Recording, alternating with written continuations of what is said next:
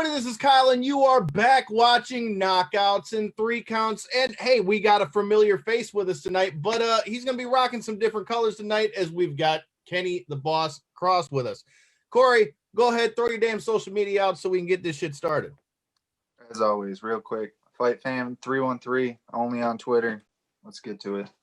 Well, without any further ado, all of you that are watching know who this is. We've got the return of Kenny the Boss Cross. How you doing, brother, man? I like the Laker gear, sir. Hey, I'm feeling great. Thank you for having me. Always a pleasure. Hey, man, let everybody know where they can find you on social media and shit, because you and your wiffle ball escapades are pretty funny to watch.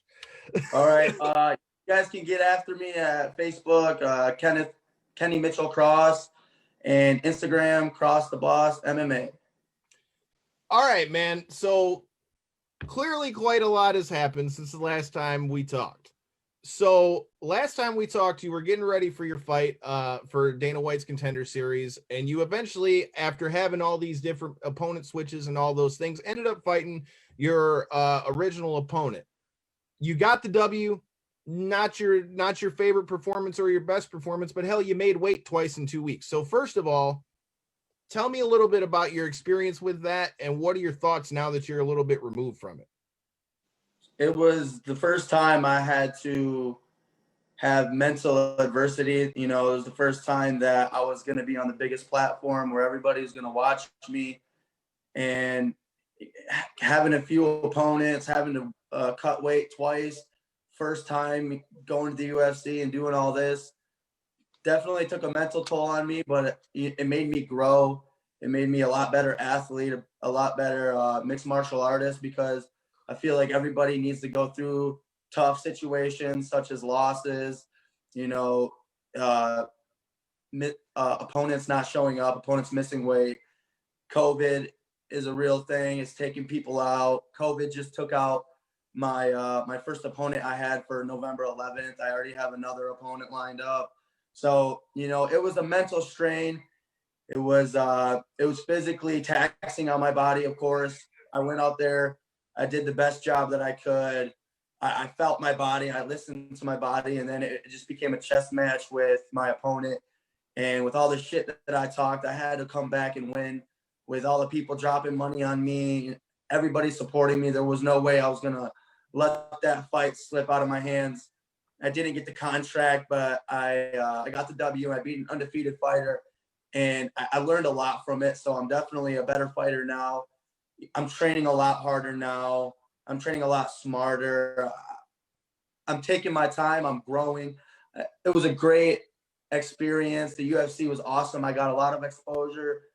You know, I agree with their decision. It was a boring fight, and it was a blessing in disguise now. So I landed myself at XFC, and I'm excited for what's to come in the future. Corey, I know you had a couple questions about that whole experience and, you know, what went into after that. So I'll leave that to you. Well, I mean, you kind of touched on it at least. I mean, my big curiosity was, I mean, other than the fact we knew kind of COVID and some small injuries kind of played games with your opponents and stuff like that, but what was it like trying to make weight? I know you're a bigger guy for the weight division, just trying to cut and keep the weight off so that you could make it. I mean, it was only what, a 2-week turnaround, if I'm not mistaken? Yeah, it was. I expected to definitely have a quick turnaround. I didn't know if it was going to be at least, like, I thought it would be at least 2 weeks, and I was hoping for 4 weeks or so and put us at the end of the summer, or, you know, push it back a few weeks. But they didn't really talk to me. They didn't let me know when I was fighting. And that was one of my big mistakes, is not staying ready. I was just mentally taxed. And I never been to Vegas. I was always telling my people that I won't go to Vegas till I fight in Vegas. Then my family went out there, so I stayed out there for a couple of days. I wasn't training. I come back and I start training, and, you know, and then they're like, you got to make weight on Friday. Luckily, I kept my weight kind of low. I was sitting around 10, 15 pounds I had to cut. But, like, you know, it was just inexperience on my part. And at the end, it was a mistake that I have to learn from and grow from. And I'm always going to stay ready. Right now, I'm a lot bigger than I was when I was cutting for UFC. I got 4 weeks till I fight. And, you know, I'm sitting around 180 right now.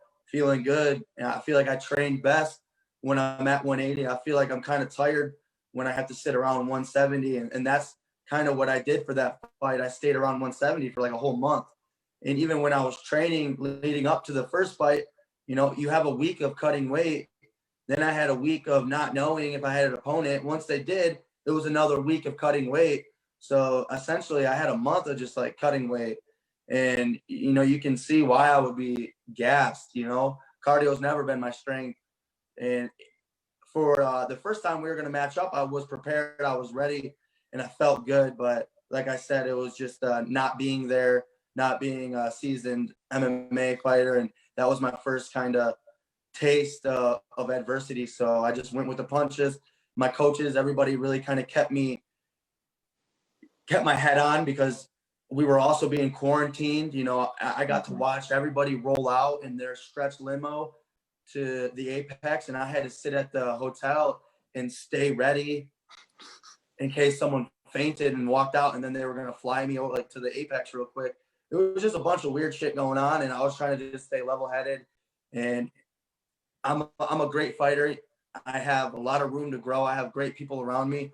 My time's coming, and I'm just going to take my time, and I'm going to continue to grow and just take the right steps, you know, and just take all the good from the bad and keep beating people, keep dominating. I beat them every single round. So you did. And damn straight on that. That brings a good question. So you mentioned that the experience made you change things in your training. Are there anything in specific? What are the specific things that you notice other than the obvious with cardio? But what for you was it that where you were like, okay, I need to go back to the drawing board and this, and this, you know, were things I noticed, you know? It was, well, a lot of times I don't look past an opponent, but I do tend to underestimate. I feel like because I believe in myself so much, I think that I can go out there and every fight's going to be easy, which I'm not saying that's the wrong thing to do. But that guy was moving his head so well, I couldn't touch him. So my boxing, I was missing. I was throwing 100% in every shot. The first thing I realized, I need to dial it back. I need to throw 70% with my shots, at least in the beginning. You know, because I can put some away just by touching them, I feel like. So my overextending boxing, like I'm working a lot on keeping my feet in my formation when I'm boxing, staying tight and really learning a lot and having small goals every time I go to practice. My conditioning, one of my biggest sponsors, I'm going to shout everybody out later, but Phoenix Athletics, I've been working with some guys over in Brighton, and they're really, you know, every day I feel like my cardio is growing. And my muscles are all, you know, working together, and it's giving me a lot more stamina in the gym. So if I can push harder at an MTT wrestling practice, it's only going to continue to grow. So in 4 weeks, I'm really an animal. That was the biggest thing, is just having a strength and conditioning coach and pushing my body outside of the Michigan Top Team gym. I need more than 1 day of practice. I don't work anymore, so I'm a full-time athlete. It's time to, you know, act like a full-time athlete. So discipline, right. And just believing in myself, working hard, and keep doing what I'm doing, because I'm not doing anything wrong, but I can always step it up. Always, you know, room for improvement. So that's just what I'm focused on now. Before we go anywhere else, I got to give you a shout out, because your grandma hit me up and said, you got to make sure that Kenny shouts out the sponsors. I had a whole way I was going to mess you up, and you took care of it your damn self. Shout out to you on that one. So you mentioned, we've talked about what happened in the past. The hell with the past. You've got a bright future coming. You're making the move to XFC. So first of all, tell me a little bit about your you know, your transition to XFC. What made you choose XFC, and what are your thoughts on the promotion now that they've rolled out the red carpet like that? I was contacted by Myron before my UFC Dana White Contender Series fight, and I was pretty motivated to go over there and try it. That was before I heard anything from the UFC. Obviously, I had, you know, my hand in some all over. Like I was trying any opportunity. As you should. UFC, any opportunity to get paid from these organizations. So that's what I was looking for first and foremost. I went out, did that fight, didn't get the contract. I was immediately thinking XFC, and I was waiting to see kind of what they brought to the table. Myron hit me up. I've known Myron since my second professional fight. You know, I've had 14 now. He was there for my second one. I really liked the guy. He seemed trustworthy, you know, and he was a really cool guy. So reaching back out to him, our relationship continued to grow. He brought Matt Friendo along board. If you bring my boy Matt, you know, you're just buttering up the pot right now. I love to hang out, love to stay close with him. You know, I've been under his wing this whole time. Shout so out that's to Friendo, comforting. past guest of the show. Yeah, I mean, he's mad that I'm not doing his podcast and I keep doing I don't know where to do this podcast. But those knockouts and 3 counts is part of the family now, homie. Hey, what up, though, Danielle? I see you in the view. That's what I want to be treated right, and I want to be treated like I'm an asset, and I want to show up, and I want these numbers to grow. I want to be that guy that they think that I'm going to be, and not let anyone down. So it's cool they're putting all this pressure on me because I feel like it is my time. I can go out there and shine and bring the ratings up and really show the world what XFC is about. So tell me a little bit about that. So you're fighting in a tournament. First of all, have you ever fought in a tournament other than jiu-jitsu, obviously? Have you ever fought in like a tournament format like that before? And what are your thoughts on it? My first fight with Matt Friendo, I actually was fighting in a tournament as an amateur and I won. I was the first fight and I didn't get into the tournament even though I won. I was like exhibition because no one knew me. So technically, no, I haven't fought in a tournament. And that was one of the exciting things about XFC. I was like, the hype is going to build up as these guys, as these dominant athletes, you know, take people out and mark themselves as the alpha male. So, you know, I'm training for the finals. I'm not looking past my opponents, but I'm the first seed. I'm fighting the worst guy first. I need to dominate him. And then I need to go and fight the second guy, you know, and dominate him. But I'm looking to get that belt wrapped around me and make a statement at XFC and let the world know that I'm the kid that they got to play with over here for the next 3 years or however long that I'm here working for XFC. And it's exciting. A lot of people think that you're doing this tournament all in one night. It's going to be spread out around like 8 months, depending on how healthy I am. Because it's up to me. I'm going to take these guys out. If I don't get injured, I'm going to say, hey, Myron, I'm ready to go next month. Let's run it back. I'm trying to take fights quick. I'm trying to stay active. I want to make money. I want to set up my legacy and set up my life. So this isn't time to slow down. This is a time to, you know, put the pedal to the metal and get going. So I'm training like a beast out here.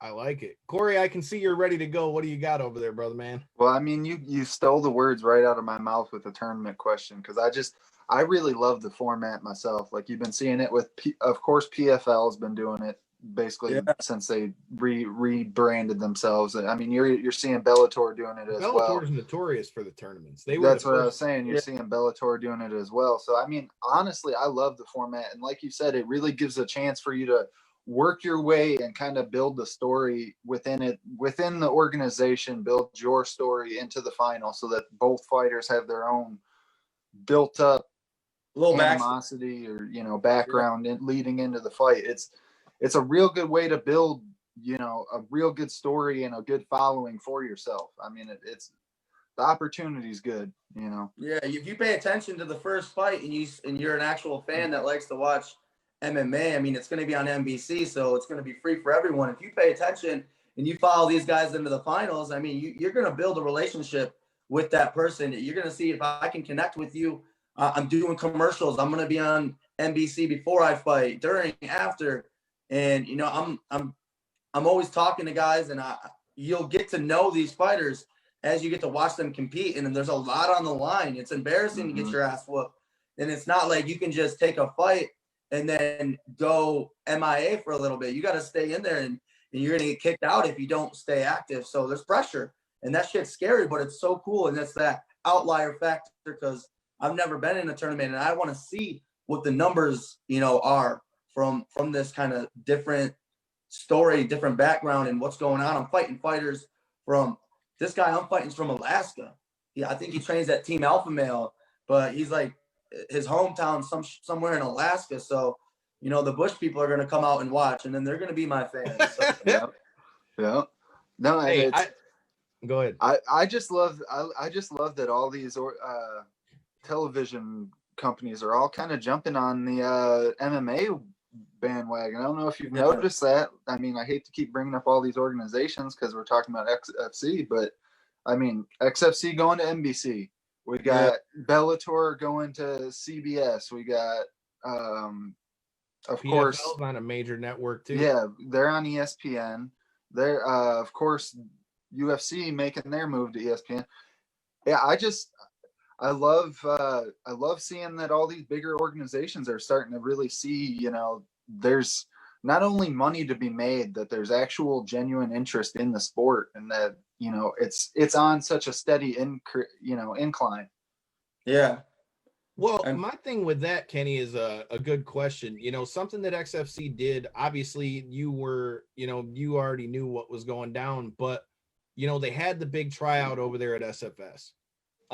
First of all, can you give me your thoughts on what your thoughts were on the whole tryout concept? Because it's cool. Because I feel like in one day they were able to get a look at however many guys that were there. And I saw quite a lot of it because I was in Chicago the day it went down. So while we were chilling at the hotel before the show, man, I'm looking at the thing and they went through all the different areas. So what do you think about XFC's approach with these different tryouts? Because if I'm not mistaken, they've got another one coming up too. Yeah, I like it.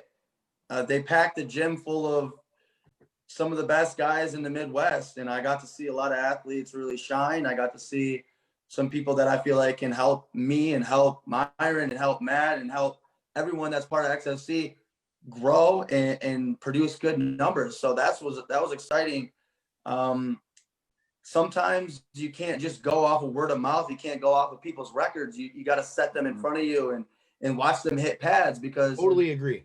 Yeah. Sometimes, like, we did athletic tests, and there was kids that could jump over the moon and they couldn't hit a pad. So you always got to kind of see the diversity and see if they have everything, because it's mixed martial arts. So I love the fact that they brought people in and gave everybody a shot. And the fact that I got to be part of it and speak and kind of, and try to inspire these people to keep working hard. And because I don't know if they look up to me or not, but I'm hoping that I'm getting to a level to where people do realize that, I come from a small town and I'm making it to where I'm making it because of hard work and determination and self-belief. So I just want all these people to believe in themselves too. And hopefully we find a lot of stars out there that can help people like myself make this company a household brand. So, I mean, more power to them. They're going to Florida to do it. And I got some guys that are going out there, and best of luck to them. And I hope they show up and show out, because this is a great opportunity for guys. I agree. And, you talk about guys that are going to help build a company. One guy that they've already signed that's a past guest of our show and is one of your teammates, Mr. Bobby Nash, is going to be coming in to XFC as well. I think that's a great signing by XFC. I mean, you got another UFC vet, a guy who clearly, has the pedigree. I mean, they're doing a good job of building themselves up with the right type of people. So for you, with Bobby getting signed as well, I mean, I know they've also signed one of the Bashi brothers as well, who's only 19. So, yeah. I mean, like I said, they're getting a good diverse range. And for you, what was it like, kind of having some of your teammates out there? And what are your thoughts on Mr. Bobby Nash making his way over to XFC? I'm blown away for that. That was one of the most exciting things I've heard, because now we get to warm up together, and it's different. I've never had a close friend, brother, training partner that fights next to me, every day, and then gets to go to Atlanta, Georgia, and keep that same energy. So I feel like that's going to be a dividends towards us, a nice advantage that, we gas each other up. We make each other work harder day in and day out. And you can expect a lot of violence, a lot of organized crime going down in that hexagon. I couldn't be more proud that guy is in this XFC with me, and that he accepted it, and that he joined Cage Side Army, and that we're kind of rolling through the punches together, and we want to see each other both do so well. So good luck to anyone that faces the two of us, because we're just different kind of animals. I agree more, man.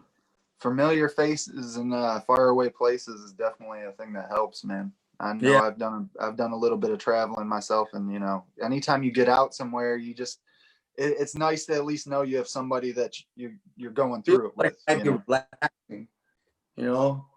It might just steady the nerves knowing that I have a brother that's about to fight as well. So I don't know what it feels like, but I'm expecting some ambience coming from that guy. And also, he's a mentor to me. You know, he's been in the UFC. He's won fights all over the world. He beats guys that beat me, and you know, I get to look up to him and ask him questions and see what his thoughts are on certain perspectives. And you know, and yeah, it's gonna be good. Well, you got people shouting you out in the comments, homie. You got Michael Huntley talking about Kenny's a great example of hard work and dedication. I agree with you, kind sir. Yes, okay, sir. So that's a great point. You guys at MTT have really, you know, there's been so many of you guys have been fighting, whether it's been LFA or now UFC for you or XFC or whatever. I mean, you guys have really been making moves. Even your general over there at Michigan Top Team, Darren Cruikshank, is getting ready to make his way back over to Tora MMA at the end of the month, October 30th.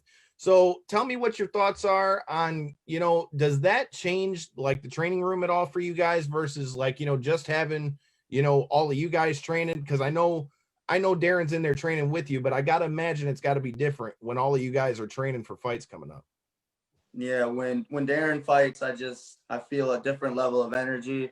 I feel for myself and for the gym, there's more, everything's more intense when the main guy is going to war, you know?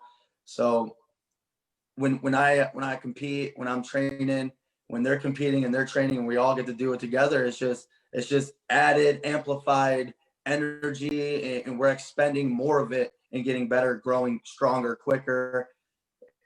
The game doesn't stop for anybody, so we just keep going. We keep helping each other. We love each other, and we're working hard to make sure that we all can continue to win. And you know, MTT is the best gym in the state, in the world. It's gonna, you know, we're gonna franchise. This shit's gonna be household names, and we continue to do what we're doing, we'll be all right. You know, That's what I like to hear. Shout out to Papa Cross in the comments, man. When we getting on that war zone again, Playboy. Hey. Hopefully my damn awning won't get ripped off this time. unreal. That's 100% true story too, man. So you're rocking the Lakers gear, man. I know you were watching the game the other night. What are your thoughts on Bron getting another dub here, getting him another Finals MVP and all that good shit, man? I'm a huge LeBron fan. I feel like he's alpha of the basketball court. Just like I'm a huge, even though Cam Newton doesn't do so well, he's just a beast of a human being. They're just bred different. Their genes are incredible. So when people hate on him, I don't get it. And now he's got 4 rings. You know, I like to see people break records, and I want to see him, you know, go down as the best ever or whatever. Like I'm not huge into football. I'm not huge into basketball, but I'm huge into finals. That's why I like this tournament thing. Like people love to see finals because there's so much on the line. It's just added energy, and I'm about that. So yeah, I mean, shout out Kobe, shout out Bron. I figured it was appropriate to wear this attire. All right, man. You were just saying that that's your homie, but your boy Michael Huntley is saying that we need to ask you about your Warzone efforts. I'm on Warzone right now. If I wasn't on this interview, you know, there's just I feel like that I have to put above my Warzone. So my skills, actually, bro, I've been getting like 6 kills a game. So I feel like I'm getting better. But yeah, my skills aren't the best. Hey, I feel like we need to make this a tradition. You know, the last time you came on, we all played Warzone after. I feel like after we play this one, next time I'm going to just throw this shit up on Twitch. Let us know in the comments if you want us to make a Twitch channel. We'll just start getting all our guests to play the damn Warzone with us before or after the show. Yeah, my buddy told me to play it while I was doing the interview, and I was like, it's not a bad idea. I mean, it would make for entertaining as long as they could see what was going on, man.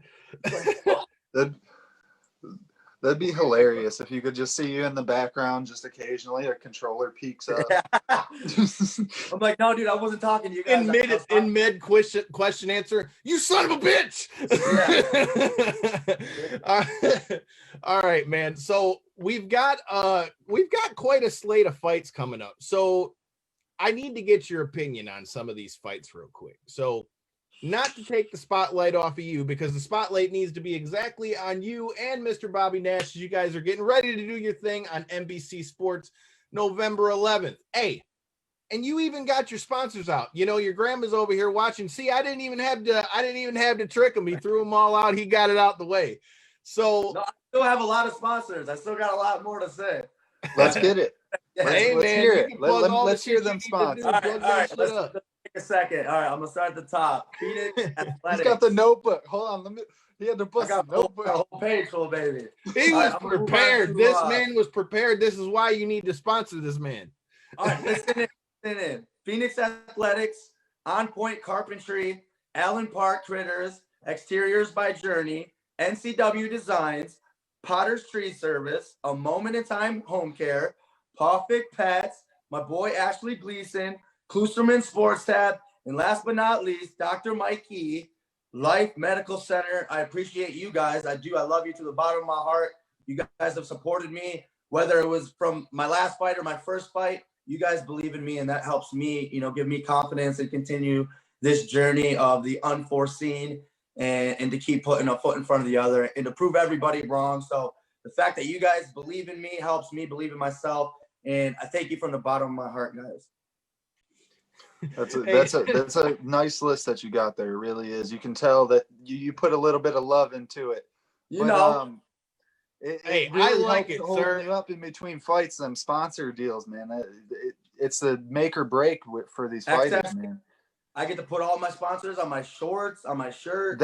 That's what I was just about to ask you, is if XFC is about to allow you guys to get tatted up on the shorts and stuff, These shorts that my grandma just sent me in the shirt are cold. They look sick. All white.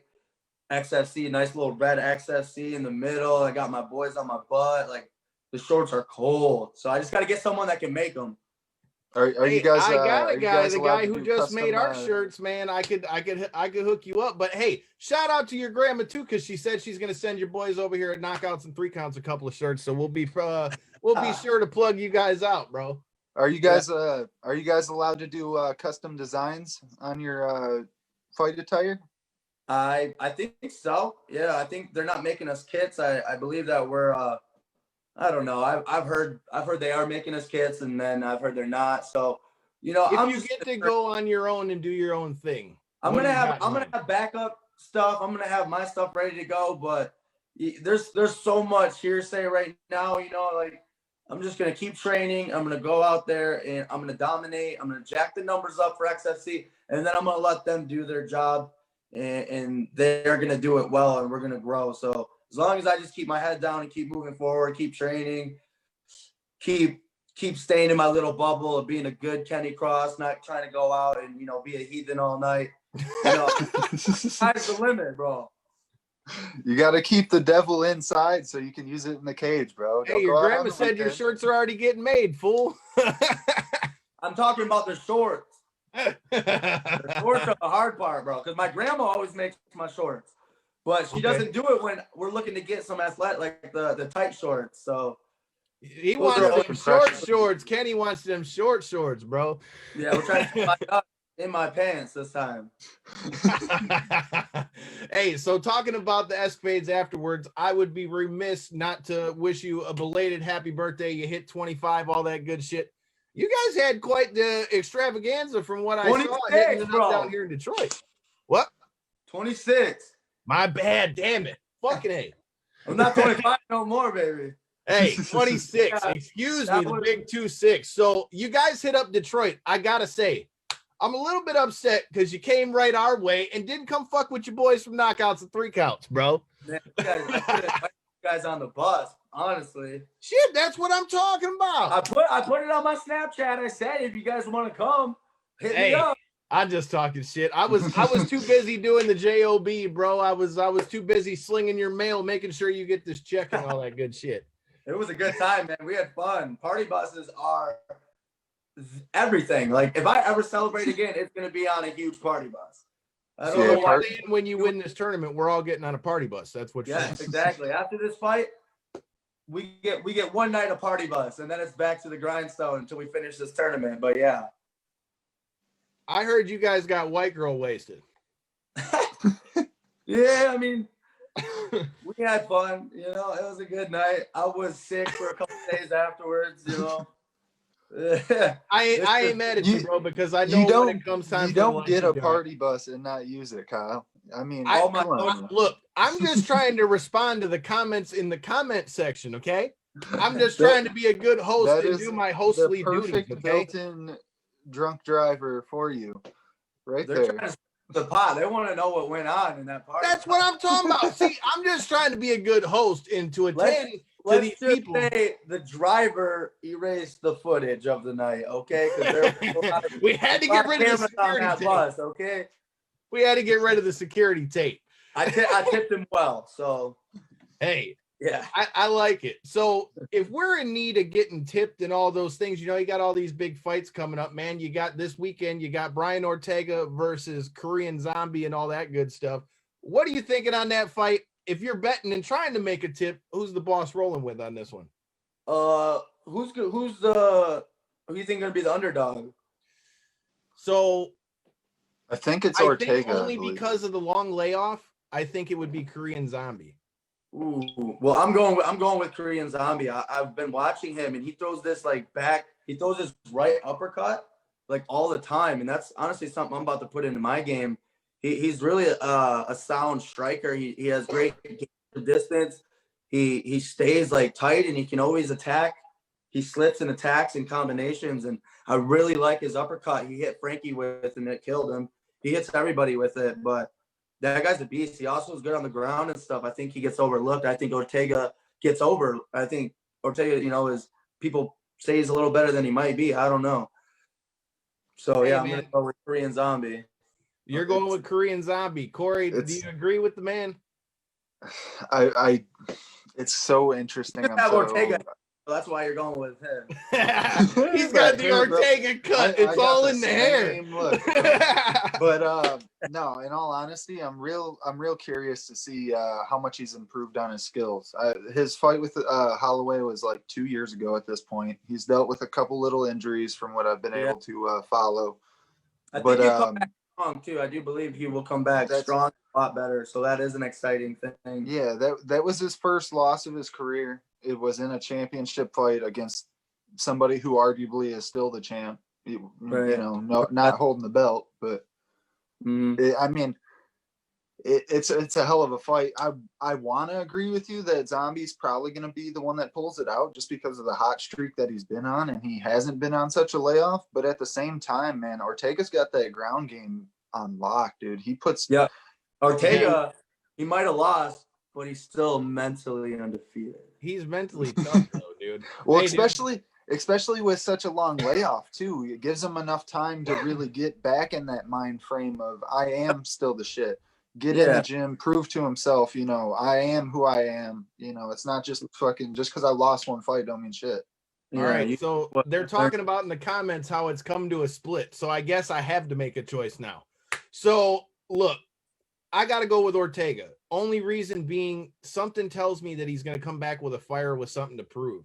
And I feel like the big difference for Ortega, honestly, could be if it ends up on the ground, I feel like his jiu-jitsu could be a real problem for Korean Zombie. I don't think that's going to be what his game plan is necessarily to go take him to the ground. I'm just saying if it goes there, something tells me I could see him pulling out some of that slick shit, man. Yeah, he is slick and he's very dangerous. And yeah, that's why I wouldn't bet. I wouldn't bet on it. Yeah, I'm not a betting man myself, man. And he clinches up them fucking submissions so quick, dude. He cinches it up like instant. So it's what is he in jiu-jitsu? I feel like he does slick stuff. Ortega's got a black belt. I don't know what Zombie was the first ever twister in the UFC. So I mean, he is I just watched that. I just did that today at practice. Dude, that's one of the nastiest things to like get. I've gotten caught in one and got out of it because he couldn't hold it all the way. But holy shit, Corey, you haven't trained jiu-jitsu. Let me tell you, it's very uncomfortable, sir. Yeah. It's very uncomfortable. All right. You're talking about not wanting to bet on fights. There's another fight that, quite frankly, dude, I don't know that anybody really wants to bet on, and that's Khabib versus Gaethje. What are your thoughts on that? I'm looking forward to that shit heavy. I think I think Khabib wins because that's what he does. But I would like to see Gaethje win. I would like to see Gaethje win just because he stands up and he's just more exciting.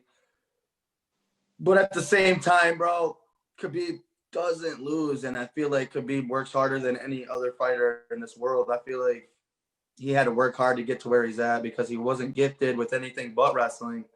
And I just feel like that guy's mind is unbreakable. And that's kind of what puts him over. But at the same time, I watched that Michael, the tall, skinny black guy, hit him with a shot and kind of scared Khabib when he hit him. And I feel like Gaethje hits harder than Michael Johnson.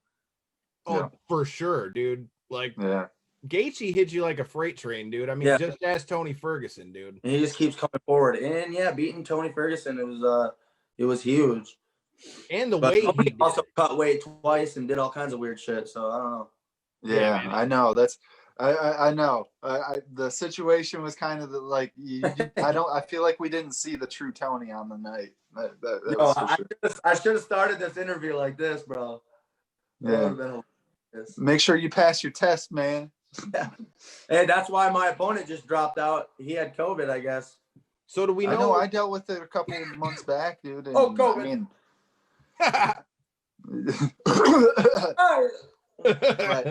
I mean, I'm young, healthy, in decent shape, so it didn't really affect me too bad. No, but, you I mean, ain't, liar. You ain't shit. I can't get this hoe to go to the gym for nothing. Don't let him lie to you. Don't talk to Ortega like that. But hey, so that's a good question though. In all seriousness, you talked about your original opponent caught COVID. Do we know who your opponent's going to be for the first round, and what are your thoughts on that matchup?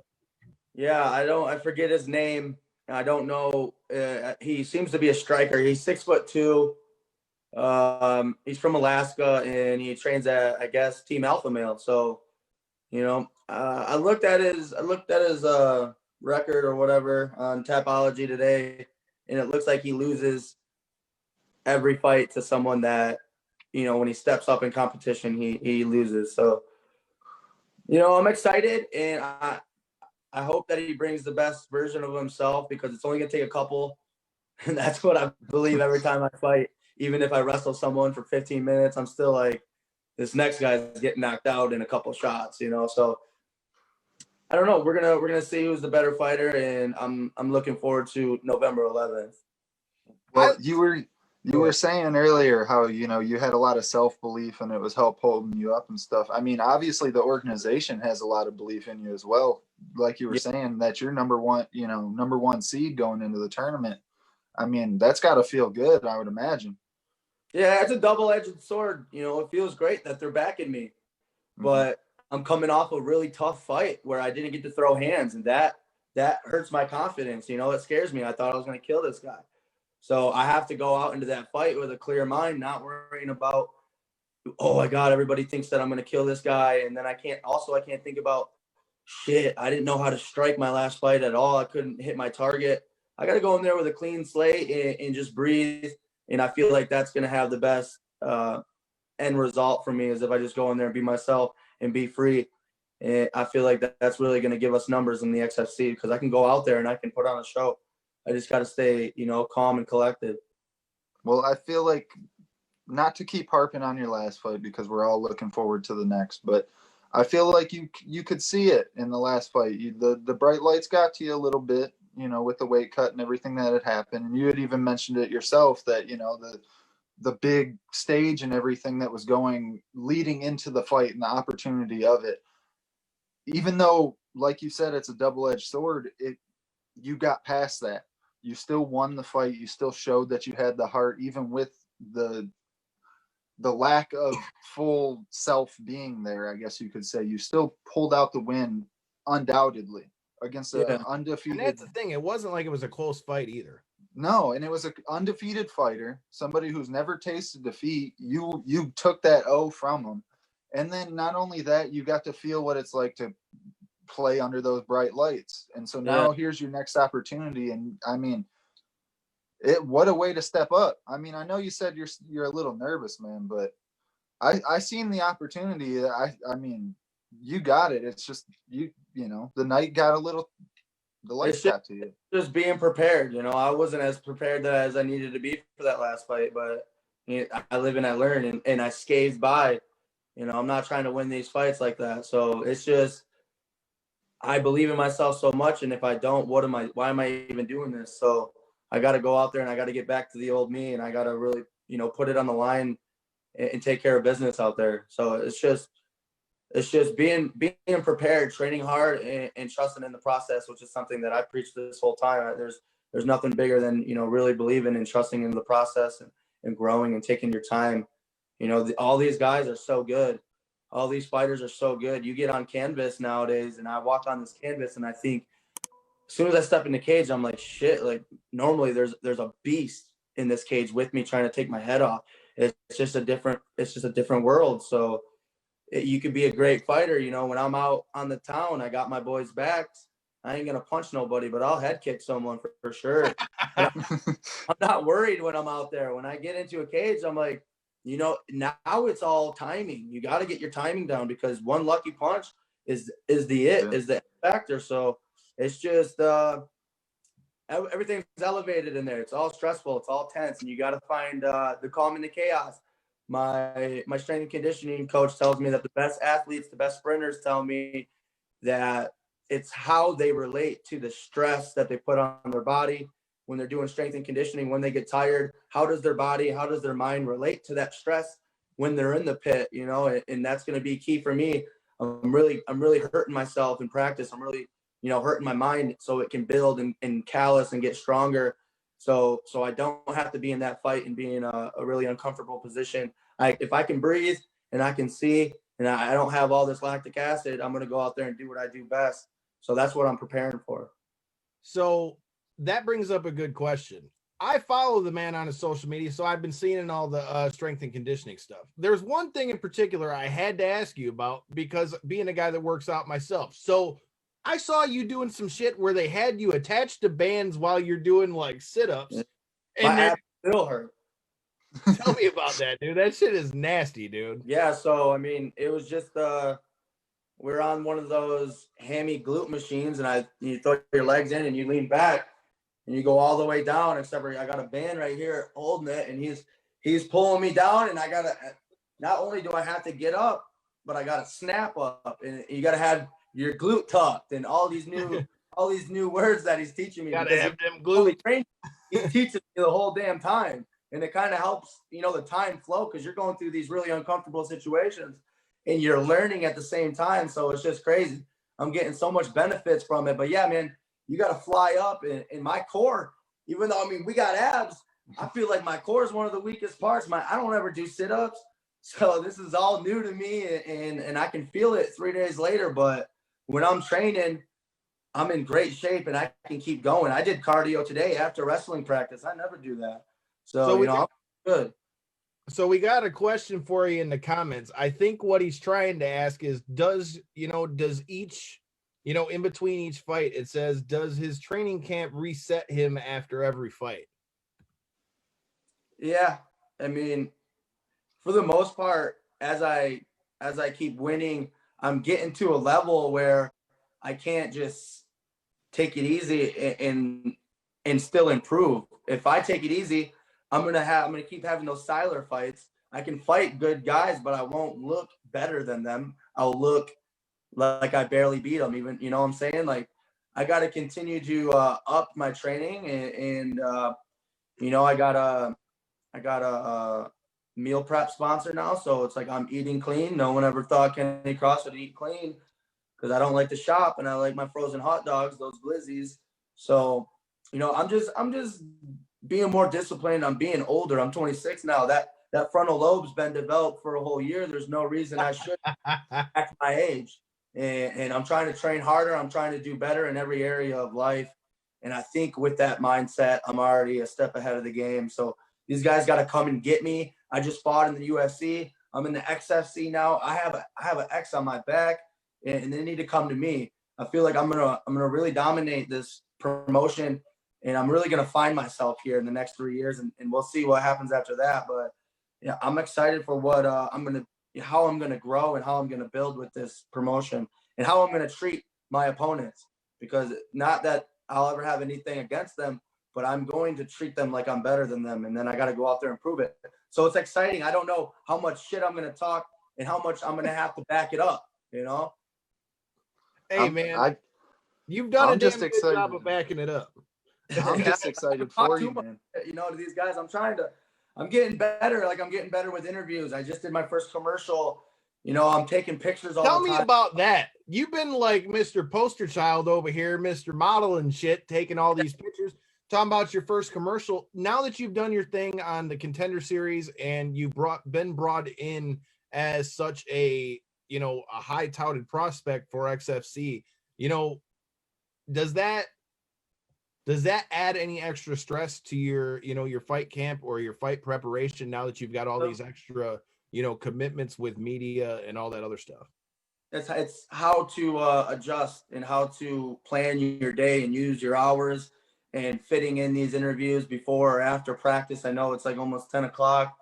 You know, people got to tune in later, earlier, whatever, but I'm here to do what I'm told. I'm here to make the business better. And if you give me an opportunity, I'm going to take it and do my best, because it's, one, building my brand, and two, building the company that I work for. So there's no reason for me not to, just because I had to wake up at 4 a.m. and it was all the way in Muskegon, you know, I can make that happen. Let's do it, you know? And so I went out there, and now I have a commercial under my belt. You know, I'm just learning and picking up qualities and strengths. What's up? I said all progression, my friend.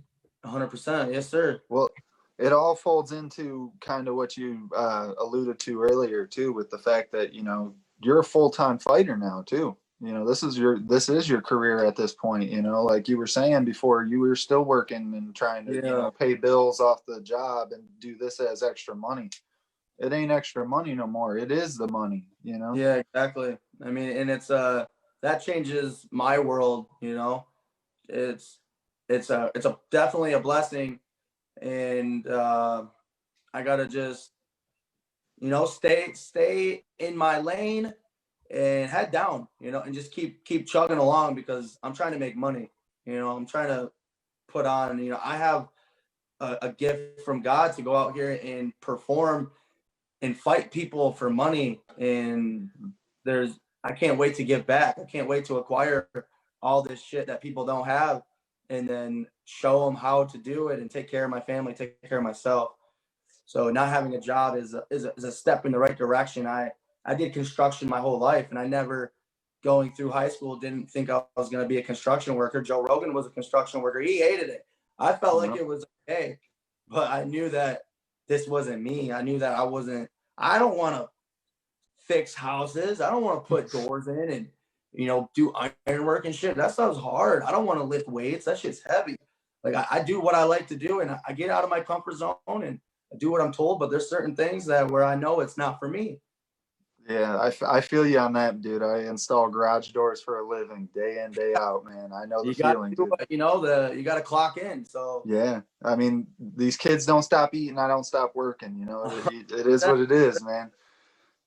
But it's exciting. It's, like you said, it's a giant step forward in your career. And I wonder, when you first really started to take this serious, I mean, I'm sure everybody says they were hoping and waiting for this point, but like, the time has come. You quit the job, you move, you know, you're moving.